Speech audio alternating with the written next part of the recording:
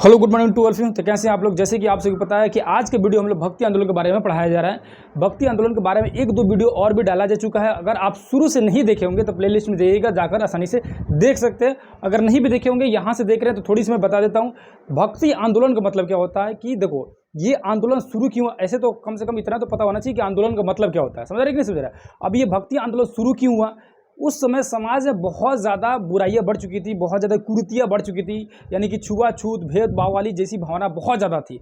तो बहुत सारे संप्रदाय के लोगों ने एक जिम्मा लिया, लोगों को सुधारने के लिए, लोगों को सही रास्ते पर लाने के लिए एक सही उपदेश देना शुरू किया। उसी उपदेश की क्रांति को भक्ति आंदोलन नाम दिया गया। समझ रहे कि नहीं समझ रहे। उसी क्रांति को भक्ति आंदोलन नाम दिया गया। इसमें दो ग्रुप अलग अलग बढ़ गए, एक को बोला गया सगुण भक्ति, दूसरे को निर्गुण भक्ति। और सगुण भक्ति में भी दो ग्रुप बढ़ गया। कैसे? सगुण भक्ति में एक राम भक्त हुए, एक कृष्ण भक्त हुए। और निर्गुण भक्ति में भी दो ग्रुप बढ़ गए, एक संत और दूसरा सूफी।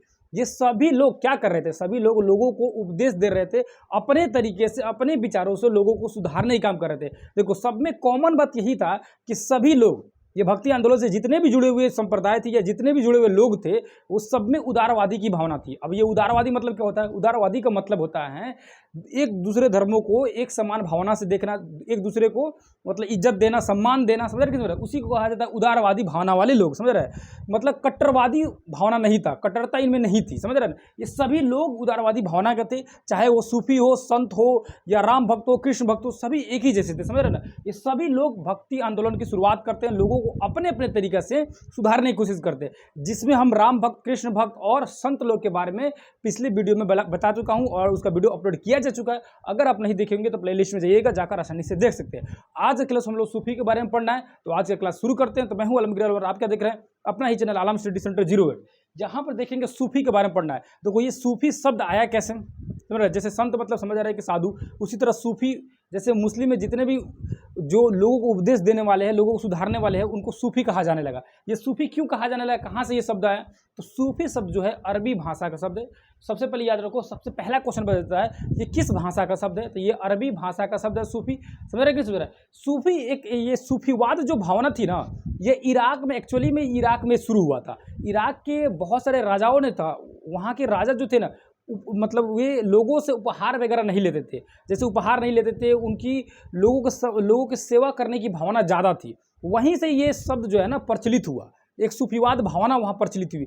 सबसे पहले जो था वहाँ पे एक रबिया अल अहमद और मंसूर अल हाज, याद रखना मंसूर हल्लाज जो था, ये तीन व्यक्ति थे। रबिया अल अहमद और मंसूर जो हल्लाज जो है, यहाँ पे देख सकते हैं लिखा हुआ है मंसूर हल्लाज, अल अहमद और रबिया, ये तीनों ने क्या किया? इस सूफीवाद की प्रेरणा को और ज़्यादा बढ़ाया, बहुत ज़्यादा बढ़ा दिया। यानी कि सूफी शब्द मेन जो है इराक के बसरा नगर से शुरू हो रहा है। सूफीवाद कहाँ शुरू हो रहा है? इराक के बसरा नगर से शुरू हो रहा है। समझ रहा है? सूफी जो शब्द है अरबी भाषा का शब्द है। और ये तीन व्यक्ति जो है, जिसमें मंसूर हल्लाज का नाम ज़्यादा आता है, ठीक है, इन्हीं के द्वारा ये सूफीवाद की प्रेरणा और ज़्यादा जागृत हुई या और ज़्यादा बढ़ने लगी। लेकिन ये सब इराक में हो रहा था। लेकिन भारत में कब आया ये सूफीवाद या सूफी की भावना जो है, सूफीवाद की भावना जो भारत में कब आती है? तो भारत में लगभग 12वीं 13वीं या 11वीं 12वीं शताब्दी के ऑलमोस्ट उसी शताब्दी के समय में, मतलब एग्जैक्ट लिखा नहीं गया है, लगभग 11वीं 12वीं शताब्दी में ये ख्वाजा मोइनुद्दीन चिश्ती के द्वारा भारत में लाया जा रहा है इस सूफीवाद की भावना को। सबसे पहले भारत में कौन ला रहा है? ख्वाजा मोइनुद्दीन चिश्ती, जिन्होंने एक अलग संप्रदाय की स्थापना कर दिया, जिस संप्रदाय को कहा जाने लगा चिश्ती संप्रदाय। और यही संप्रदाय भारत में काफ़ी ज़्यादा फेमस हुआ। आज भी ये चिश्ती संप्रदाय जो है काफ़ी ज़्यादा फेमस है सूफी लोगों में। समझ रहे कि सूफी में सबसे ज़्यादा फेमस कौन हुआ भारत में? तो भारत में सबसे ज़्यादा फेमस हुआ ख्वाजा मोइनुद्दीन चिश्ती का चिश्ती संप्रदाय। किसने स्थापना कर रहा है? ख्वाजा मोइनुद्दीन चिश्ती जो स्थापना कर रहे हैं। और ये कहाँ पर अपना सेंटर बना रहे हैं, यानी केंद्र बिंदु कहाँ बना रहे हैं? अजमेर में, राजस्थान में अपना केंद्र बिंदु बना रहे हैं। समझ रहे ना? इसको याद कर लेना, अजमेर में ये अपना केंद्र बिंदु बना रहे हैं, जो राजस्थान में है। वहाँ पे चिश्ती संप्रदाय की शुरुआत कर रहे हैं, वहीं से लोगों को उपदेश देना शुरू करते हैं। तो लेकिन एक बात ध्यान से समझ लो कि जो चिश्ती संप्रदाय की शुरुआत कर रहे हैं ख्वाजा मोइनुद्दीन चिश्ती, वो किसी न किसी से तो सीखे होंगे, किसी न किसी से तो ज्ञान प्राप्त किए होंगे। तो उनके गुरु के बारे में समझ लेते हैं कि उनके गुरु कौन थे। उनके बाद उनका शिष्य जो ख्वाजा मोइनुद्दीन चिश्ती बनते, फिर उनके शिष्य कौन बनते। एक सीक्वेंस देख लेते हैं कि चिश्ती संप्रदाय में कौन कौन से लोगों ने आया किसका कौन सा शिष्य है, ये सभी को ध्यान से देख लेते हैं, क्योंकि इसी संप्रदाय से ज़्यादा क्वेश्चन एग्जाम में आने की चांसेस रहते हैं। समझ रहे कि नहीं? सबसे पहले देखेंगे तो उस्मान हाशमी जो थे वो ख्वाजा मोइनुद्दीन चिश्ती के गुरु थे, यानी कि उस्मान हाशमी के शिष्य कौन हो गया? ख्वाजा मोइनुद्दीन चिश्ती। उनके शिष्य हो गया बख्तियार काकी। देखो बख्तियार काकी के बारे में पहले ही बता चुका हूँ, जब गौरी आया था तो उसका एक सेनापति था, उसका नाम था बख्तियार खिलजी। इस बख्तियार खिलजी और बख्तियार काकी दो नामों में बहुत ज़्यादा कन्फ्यूजन होता है बच्चों को, समझ रहे ना? तो इस काकी से याद रखना काका। अभी जैसे मैं बोला कि जितने भी सूफी संत या राम भक्त कृष्ण जो भी थे सब उदारवादी भावना के थे, यानी इसमें कट्टरता थी नहीं। जो बख्तियार खिलजी के बारे में हम लोग पढ़े हैं लोग, वो नालंदा विश्वविद्यालय को जला दिया था, समझ रहे कि? और बख्तियार काकी जो है कौन है? सूफी संत है, समझ रहे कि? तो इस ये कैसे याद होगा कि कौन सा कौन है? तो काकी से याद रखना काका। काका जो है बुजुर्ग हो गया। बुजुर्ग लोग को कट्टरवादी या मारधार से क्या मतलब है? नहीं ना मतलब है। तो याद रखना बख्तियार काकी जो थे वो सूफी थे, और बख्तियार जो खिलजी जो था वो गौरी का सेनापति था, मोहम्मद गौरी का, और उसने नालंदा विश्वविद्यालय को जलाया था, समझ रहे कि नहीं? तो बख्तियार काकी कौन है? ख्वाजा मोइनुद्दीन चिश्ती के चेला हैं, यानी शिष्य हैं। इनके चेला कौन बनते हैं? कुतुबुद्दीन ऐबक और बाबा फरीद। बाबा फरीद के बारे में जानना क्यों जरूरी है? क्योंकि बाबा फरीद जितने भी उपदेश वगैरह दिए ना, इनके उपदेश काफ़ी ज़्यादा फेमस हुए। इनके उपदेश इतने अच्छे थे और इतने ज़्यादा फेमस हुए कि गुरु ग्रंथ साहिब में भी इसके उपदेशों को लिखा गया है। अब गुरु ग्रंथ साहिब क्या है? देखो, जैसे कि मुसलमानों के लिए कुरान सबसे बड़ा ग्रंथ, हिंदू के लिए गीता, रामायण, ये सब ग्रंथ सबसे बड़ा हो गया। उसी तरह सिख धर्म में गुरु ग्रंथ साहिब सिख धर्म का सबसे बड़ा ग्रंथ हो जाता है, समझ रहे किस? उस ग्रंथ में, उस किताब में, उस ग्रंथ में क्या लिखा गया? बाबा फरीद के उपदेशों को सम्मिलित किया गया या लिखा गया, समझ रहे किस? अब ये बाबा फरीद किसके चेला हैं? तो ये बख्तियार काकी के चेला हैं। अब बाबा फरीद के कौन चेला है? निजामुद्दीन औलिया। और इन निजामुद्दीन औलिया के बारे में हाल ही फिलहाल में जो वीडियो बनाया था, जो मैं उसमें बताया था कि निजामुद्दीन औलिया से कौन भिड़ता है? ये अलाउद्दीन खिलजी भी भिड़ता है और मोहम्मद बिन तुगलक भी भिड़ता है, जिसमें उन्होंने दो डायलॉग मारे थे, एक मेरे घर में 10 दरवाजे, और दूसरा हुजूर अभी दिल्ली बहुत दूर है, समझ रहे कि? दिल्ली अभी दूर है। ये दो डायलॉग बहुत ज़्यादा प्रचलित हुए, जो आज भी ये प्रचलित है, दिल्ली अभी दूर है, समझ रहे ना? ये किसने बोला था? निजामुद्दीन औलिया ने बोला था। क्यों बोला था? ये सारी चीज़ें मैं बता चुका हूँ। जो बच्चे रेगुलर देख रहे होंगे वीडियो या कहीं से भी पढ़े होंगे, वो समझ पा रहे होंगे कि भाई क्या बोलने की कोशिश कर रहा हूँ या क्या बोल रहा हूँ, समझ रहे कि? ये सारी चीज़ें मैं पहले भी बता चुका हूँ। तो निजामुद्दीन औलिया किसके चेला है? बाबा फरीद के चेला है। निजामुद्दीन औलिया के फिर चेला कौन बनता है? अमीर खुसरो। और अमीर खुसरो के बारे में बताया हूँ कि ये 7 राजाओं के शासन काल में ये रहे हुए हैं, यानी 7 राजाओं के दरबार में कौन रहा है? ये अमीर खुसरो। किसके चेला है? निजामुद्दीन औलिया के चेला है, ये भी सूफी हैं। निजामुद्दीन औलिया और अमीर खुसरो दोनों के मरने के बाद इनकी मकबरा जो है एक ही जगह दिल्ली में एक ही पास में बनाया गया है, इसको याद रखना, ठीक है? उसके बाद अमीर खुसरो के जो चेला हैं सलीम चिश्ती है, यानी चिश्ती संप्रदाय का जो अगला जो सूफी बनता है, कौन बनता है? सलीम चिश्ती। और इसके बारे में जानना क्यों जरूरी है? क्योंकि ये सलीम चिश्ती अकबर के समकालीन थे, यानी अकबर के समय में थे, और अकबर इन्हीं सूफी से काफ़ी ज़्यादा प्रेरित होकर, यानी काफ़ी ज़्यादा प्रभावित होकर अपने बेटे जहांगीर का नाम सलीम रखा था, समझ कि ना? अपने बेटे जहांगीर का नाम सलीम क्यों रखा था? इसी सलीम चिश्ती सूफी के नाम से प्रेरित होकर या इनसे काफ़ी ज़्यादा प्रभावित होकर। सबसे बड़ा संप्रदाय याद रखना सूफी में ये चिश्ती संप्रदाय था। उसके बाद बहुत सारे संप्रदाय हैं, इसके पहले भी संप्रदाय हैं, समझ रहे किस? तो ये सारे संप्रदाय में इस चिश्ती संप्रदाय को याद रखना, ये काफ़ी ज़्यादा फेमस हुआ। अगला उसके बाद देखेंगे, एक है सुहरवर्दिया संप्रदाय। कौन सी संप्रदाय? सुहरवर्दिया संप्रदाय, ठीक है? ये सुहरवर्दिया संप्रदाय में ज़्यादा कुछ जानने की जरूरत नहीं है।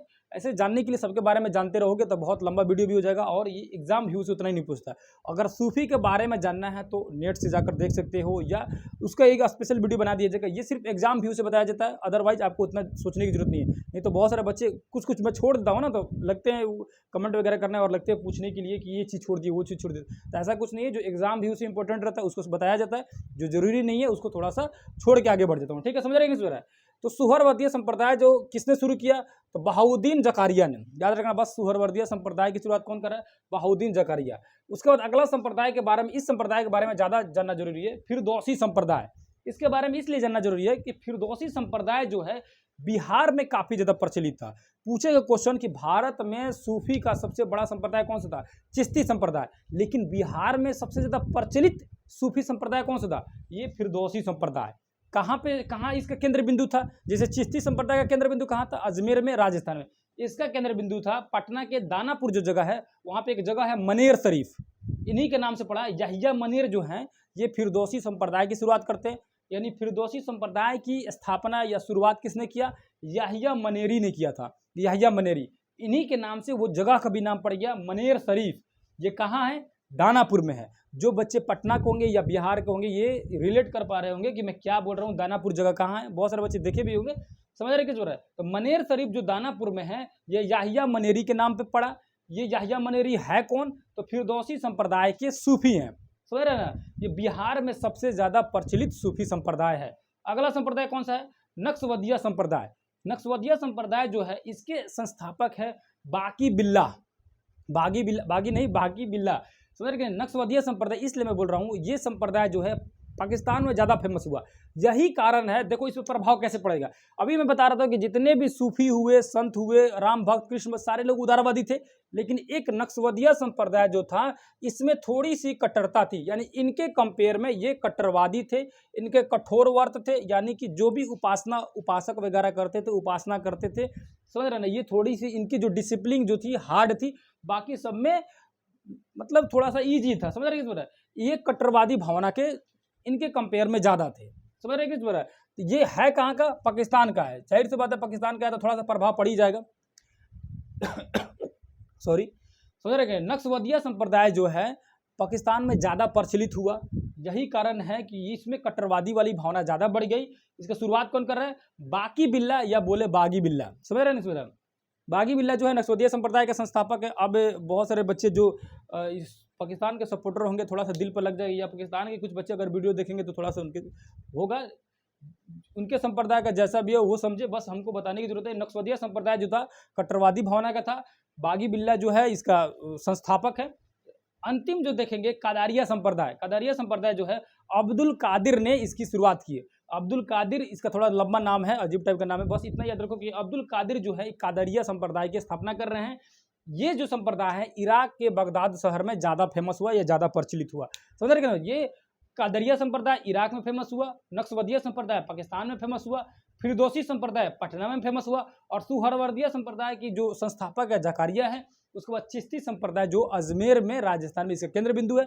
इनके सभी चेला का नाम यहाँ पे लिखा गया है। सबसे पहले उस्मान हासनी, उसके बाद ख्वाजा मोइनुद्दीन चिश्ती, बख्तियार काकी, ऐबक और बाबा फरीद के चेला निजामुद्दीन औलिया, इनके चेला अमीर खुसरो, उसके बाद सलीम चिश्ती। ये सभी चिश्ती संप्रदाय के हैं। सूफी शब्द जो है अरबी भाषा का शब्द है, जिसका अर्थ क्या होता है? सूफी का देखो, सूफी का अर्थ होता है ना पवित्र या पवित्रता, मतलब कि मान के चलो तो एकदम शुद्ध, समझ रहे क्या। और ये सूफीवाद जो भावना थी ना, वहाँ के इराक के बहुत सारे राजा जो थे ना, लोगों से उपहार नहीं लेते थे, लोगों को के साथ अच्छे व्यवहार करते थे, मतलब थोड़ी सी उनकी विचार तो जी थी बहुत अच्छा था, समझ रहे ना। वो लोगों को सेवा करने में ज़्यादा, सेवा की भावना उनमें ज़्यादा थी। यही उसी समय से ये भावना उत्पन्न हुई जिसको सूफीवाद कहा गया। और यही सूफीवाद भारत में आता है, किसने, कौन लेके आता है ये भावना को? ख्वाजा मोइनुद्दीन चिश्ती लेके आते हैं, लगभग 12वीं 13वीं या 11वीं शताब्दी के उसी टाइम में ये लेके आते हैं भारत में इस सूफीवाद भावना को। और यहाँ पे एक संप्रदाय की शुरुआत करते थे जिसे सूफी संप्रदाय या इनके नाम से बना, जो चिश्ती संप्रदाय कहा गया, समझ रहे कि। ये आज के भक्ति आंदोलन में जो अंतिम जो था टॉपिक सूफी के बारे में अच्छे तरह से समझ गए लो। इसमें जहाँ भी आपको किसी भी तरह का अगर कन्फ्यूजन हो, डाउट हो, किसी भी तरह का प्रॉब्लम हो तो कमेंट करके आप बेझिझक पूछ सकते हैं। फिर दूसरी किसी क्लास में मिलेंगे दूसरे किसी टॉपिक के साथ। तब तक के लिए धन्यवाद, नमस्कार, अस्सलाम वालेकुम, जय हिंद, जय भारत।